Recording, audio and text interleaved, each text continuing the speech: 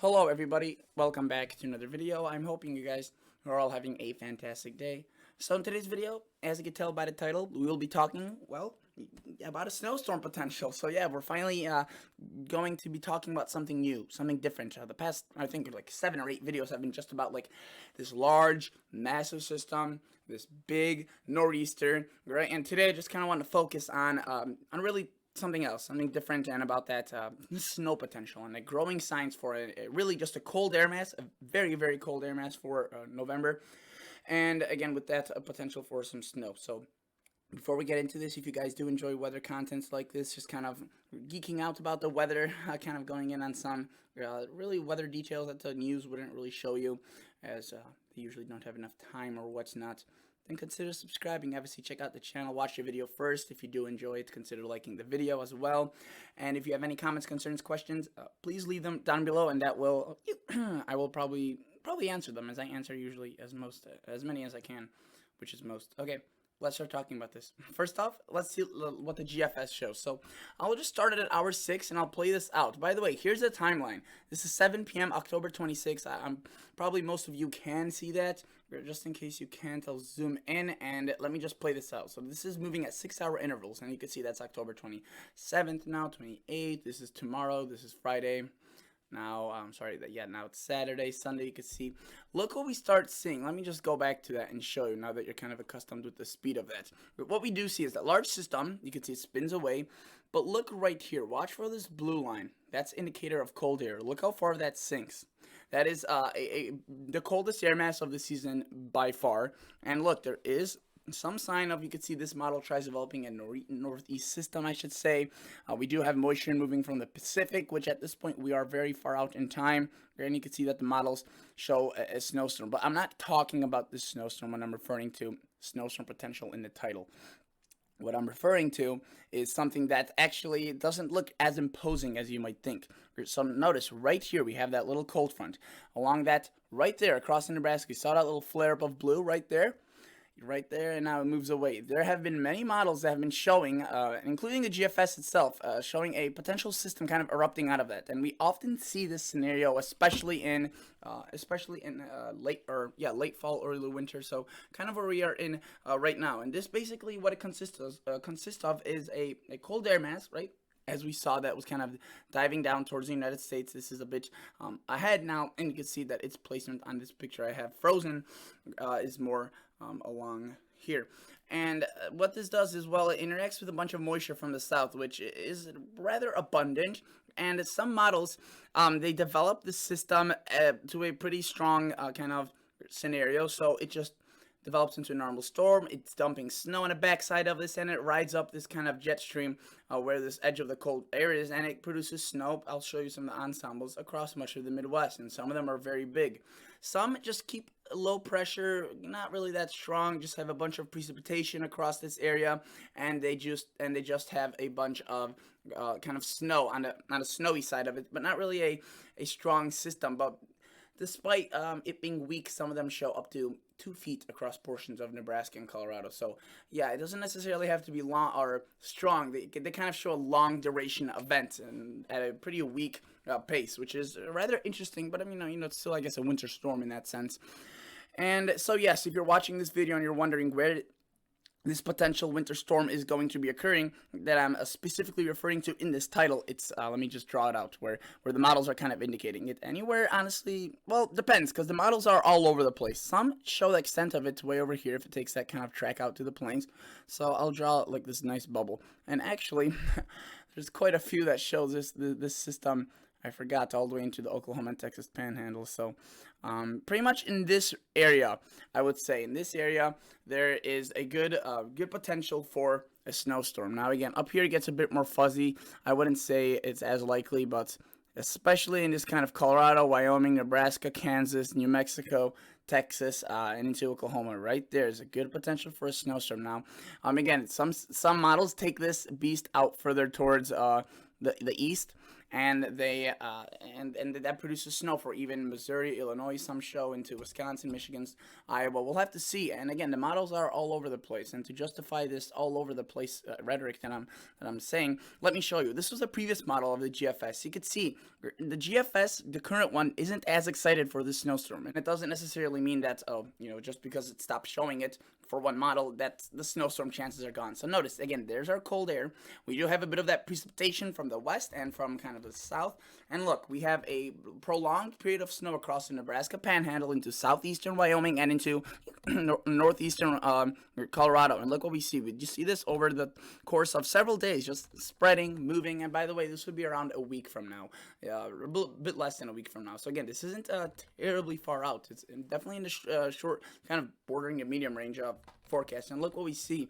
We see that snow spreading into North Platte, Lincoln, right? A good portion of Nebraska, into Kansas, into Colorado, and this continues for a while. While it isn't a beast where that kind of drops a ton of snow, it's prolonged, and I'll show you some of the snowfall amounts from that. They're pretty impressive. Look, it drops snow into Denver, much of Kansas. It does bring some snow into northern Missouri. It doesn't develop into a strong system. As I mentioned, you can see we do see the snow slide down into New Mexico and the Texas Panhandle, but that cold front kind of stretches out, and that's really the end of it. Now, just from that, with the GFS model run, which again is older, the newer one doesn't show this scenario, but let's take a look at the snowfall accumulation that kind of it shows. So it does show some very light snowfall amounts across these locations, again with that most likely just a rain system. I don't think that would be plausible to see much snow this far out away from the mountainous areas. But look, New Mexico, Colorado, much of Kansas, the Texas Panhandle, we see a potential for decent snow. And look right there into Nebraska and southeastern Wyoming, we see several inches, maybe even up to half a foot. Now, again, this isn't really, even this model, which shows that snowstorm, isn't the most immense kind of scenario that some models show. It's not even close, to be honest. I'll show you some of the scenarios that some of the models show. And let me just take a look at the GFS model run from today in the morning. Notice it doesn't have that snow. So again, it went from not showing it to now again in the evening not showing it. This was yesterday at midnight, which you can see it showed it. So there's a lot of differences. The GFS has been rather inconsistent. And let's take a look at some other models, shall we? Let's take a look at the Canadian. A very good model, especially when it comes to snowstorms in terms of temperatures. Maybe not the best, but in terms of snowstorms, it's definitely gotten better over the past years I've been using it, which has been pretty much 6 years almost now. So there's our big spinny system, right? The big one that dropped tons of rain across California, the west. This is into Friday, we're into Saturday, rise up the northeast, brings more rain, and there we have our little dip of cold air. It's pretty big. Again, the coldest air of the season. Might take a few of you off guard. And look, we do have that snow across Wyoming, Nebraska, developing. Look how long it lingers for according to this model. It's there for a good while. Now, it's not the heaviest of the snow, but it's definitely a light to moderate event. It's lasting for a decent while, producing, moderate to, or in some areas, maybe even heavy amounts of snow. And notice that the Canadian does show some of that spreading to Kansas, Missouri. There's kind of like this elongated, long, almost a cold front-like setup across kind of at the southeastern flank of this. And again, because it's kind of to the southeast of this, the cold air, I should say, kind of drifts away, and the storm doesn't have enough potential to kind of catch on to it. It still shows some snow, but again, not as much as really some of the other scenarios and the older kind of model runs of this model, which I'll show you in just a second. So this is what it thinks might happen now. You can see it definitely a bit of snow, and again, these aren't mountains, these are flat areas, so it's definitely a good kind of area of real estate that's just not the mountains. And then this was yesterday at midnight, or yeah, today at midnight, I guess. Look at that. It showed a lot. And again, this is just one model run difference, so that doesn't really mean that trend is occurring because well, it's too little just to look at one model change to see if that's a trend. But let me show you what it did yesterday. Very similar scenario, even though snowfall amounts look so different. So look, we see that cold blast of air, right? It's diving, and look at that snow. It starts producing, and again, it's light to moderate, but it just lasts for a very, very long time. Look at that. I mean, it starts potentially on Monday for many. It really, yeah, late Sunday, Monday, Tuesday, Wednesday. And by Thursday, it's still occurring, and then really 240 hours out, it's still ongoing. And you can see that's a drastic change from what the Canadian shows now. So with such high disagreements, it's kind of not fair to make a forecast that those snowstorms coming. That's why I'm saying an early potential is definitely there, and the signs are kind of starting to point towards that, but it's nothing confirmed yet. But you can see those amounts are definitely impressive to say the least with that snow. I think that's probably on a higher end of things, but there are many ensembles that currently are showing a scenario like this, and I'll show you that in just a second. First, though, European model. Let's take a look at this. The third biggest kind of model I want to look at. So again, this is now Friday, this into this weekend. All the timeline is the same. They bring the system into the if this snowstorm were to occur, it would be early next week, around a week from today. And notice that we do have that cold air with it, which will be affecting many more folks than just a snowstorm. But look, there's a European. You can see it shows snow across Nebraska into southern South Dakota. So again, this is a model that does show snow. Maybe not insane amounts, but for an early system, it's not bad, especially given how warm it's been. And you can see that cold air does kind of slip away from that, and we do have a cold front right there. Doesn't really do much with it, but it does bring snow further down into New Mexico, into Texas, the Oklahoma panhandle. So definitely an interesting scenario regardless, and total snowfall amounts are actually, again, nothing extraordinary, but they're pretty decent.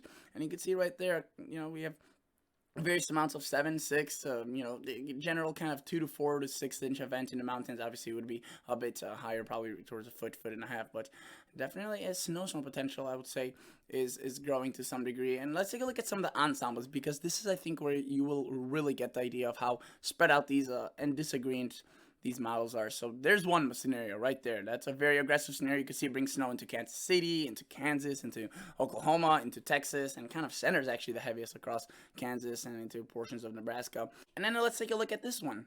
Look at that. This one just completely ignored the other one, and it just it shows an absolutely different scenario. And then let's take a look at another one. You can see it shows some signs of it, and not as much as the first one that we saw, but it definitely shows a ton across the mountains and a bit out into areas like Denver, Boulder, kind of right near the immediate areas of the mountain, but nothing too impressive far out into the plains. Now let's take a look at another model. This one shows something of similar nature, but a bit further towards the north. This one a bit further to the south, just weaker. And we almost see kind of a connection, and you could imagine that the system, according to this model, would be kind of riding up this ridge and developing snow there. So again, there's a lot of disagreements. I do want to mention that regardless of what happens with the snow, it looks as if a cold air mass is coming, and yes, it will be rather downright cold. Let's take a look at some of the temperature anomalies. I don't think it will be anything record-breaking, historic, right? But definitely cold, and it will be shocking for many. That's well, it's been shocking for everyone because of how warm it's been so far. So look, this is what we're kind of dealing with right now. Where that cloud cover is, we'll see cool air. You can see across the south, especially, but we see a more pronounced area of cold air moving in again this weekend around that time of that snowstorm potential. Look at all that cool air. So again, if there's a lot of precip, the snowstorm could definitely occur there. And look across the south, Texas, Oklahoma, that cold air is there. So it just kind of has to capitalize on that. And you can see that it gets very chilly into portions of Mexico as well, into southern Texas. Interesting kind of shot of cold air. And there could be some heat that replaces that in the long range according to this model. But right there, another one kind of starts billowing across the west, if you will. Previous model run of the GFS showed a air mass at this same time frame, but more further towards the east. It did show that initial cool down, which, by the way, again, these anomalies are significant. This is 7 p.m., so rather, you could imagine what it would be like for Texas on a normal November day at 7 p.m. Probably not 29 or 30 degrees, right? That is definitely a bit cooler, cooler than that much of southern Canada. And during the night, those temperatures do get cold for much of the U.S. So if that snowstorm were to occur, it definitely has the temperatures to do that too, and definitely it will be cold enough, just maybe not enough precip. And again, the kind of a coupling of that event of the cold air and that of that precip is really the important factor. This is a Canadian model, as I mentioned. I don't really like looking at this model. It tends to over-exaggerate one or the other, and in this case, I think it shows a bit too much cold air. It does show a cold air mass, right, but it kind of keeps along for too long, and really, I think, we'll see. It often does these kind of weird things, this weather model, but yeah, obviously it would show very cold temperatures with this, which honestly these temperatures are likely with such a cold outbreak, just maybe not as widespread as this model shows them. And in the European, just to show you, ECMWF, I need to switch weather sites for this. Let's take a look at this 2-meter temperature anomaly. It does show a very cold cold Arctic outbreak, if you will, cold shot of air. That's what I wanted to call it. I don't really want to call it an Arctic outbreak, which is why I started there a few times. And then you can see right there we have warm air, right? But we see that cold air initializing kind of especially across the mountains, and boom, right there into the Nebraska area. That's again kind of centered the heaviest across the south central United States. And those anomalies again definitely cold enough to see snow. And you can see that the European does bring that cool air into the east as well. So chilly temperatures, even wherever you are. And this is a pretty cool pattern. And yeah, so all models are supportive of that. I do want to show you the kind of the EPS ensemble. So this is just, let's look at the 500 height potential. So again, where it's blue kind of shows where the jet stream will be dipping or troughing, and that could bring in some of that cool air. So let's take a look at this. Again, it's an ensemble, so many models compiled on top of each other. Again, a bit of a troughing right now from the systems, kind of what they leave behind, and then we see more of a consistent one from the European. So definitely, at least it's not showing a ridging across the east. And if I could take a look at the height or temperature anomalies, but these are a bit higher up in the atmosphere and a bit of a different reading, but you can see they usually do reflect somewhat what's going on. And right there, boom, we have a chilly air mass from all these ensembles. The GEFS at the same time frame definitely show a cold pattern as well. Let's go to the model run prior, as that one is fully processed and US one is still loading. And look right there, we do see that eventually again it probably will be moving away, but they're not really that eager to put in warm air also, so we'll just have to wait and see. Alright, that's basically it for today's video, guys. That is pretty much all I wanted to cover. Again, it was still quite a bit, and I will yeah, look at this model, by the way. Look at this ensemble. So this is a different ensemble. It's called a GEPS, and they show that cold air right early November, and then as it's going away, they kind of reinvigorate it. So I think that this November may not be super cold, but I don't think it will be whatsoever a repeat of October. And probably I would say, if right now if I were to be kind of given a 50-50 shot of which one is it going to be, cold or warm, and you have only one guess, I would definitely choose my bets on a cooler, potentially more snowier November. Alright, guys, that is it. Thank you guys so much for watching, and I'll catch you. Look at that as I play this. Look at all those, regardless if they don't agree, they all start showing more and more snow coming in, as normally that would during winter, and especially if we get a cooler pattern. Alright, guys, that is it. Thank you for watching. See ya. Bye.